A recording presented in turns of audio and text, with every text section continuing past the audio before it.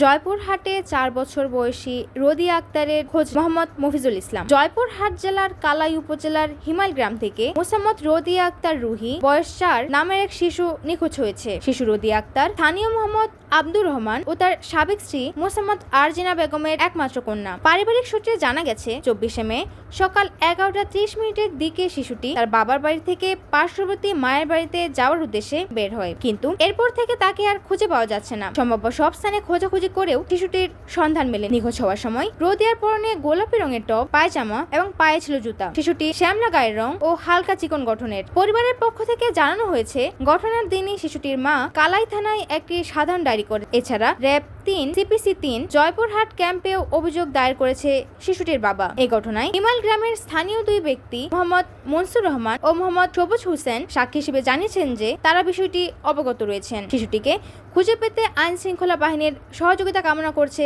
পরিবার।